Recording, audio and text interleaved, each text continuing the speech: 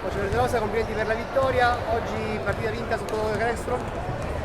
Oggi partita vinta intanto, contro una squadra sicuramente di grandissimo livello, una squadra rodata, allenata in maniera egregia da Antonio, che è stato un mio maestro, un ottimo allenatore, e l'importante era vincere e soprattutto avere una reazione su quello che anche per i primi due quarti stavamo subendo.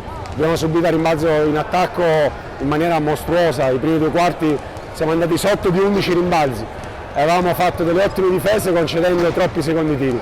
Dopo siamo stati bravi, abbiamo fatto tutto quello che avevamo fatto nei primi due, abbiamo aggiustato la situazione a rimbalzo e tutto è venuto un pochino più facile.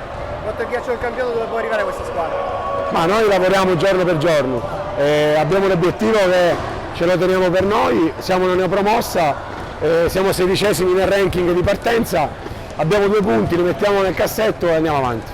Valerio Costa nel finale importantissimo e Caronna oggi. Sì, sicuramente Valerio è me in campo, quindi io e lui abbiamo veramente un grandissimo rapporto e sa quanto fiducia e quanto è importante lui per me quest'anno. L'ho fortemente voluto, sta dimostrando quello che io penso di lui, ma per quanto riguarda Valerio ne parleremo a fine anno. Ok, Caronna doppia? Caronna non veniva da una partita eccezionale a Crema, è quello che ha subito un po' di più di tutti la preparazione e i carichi.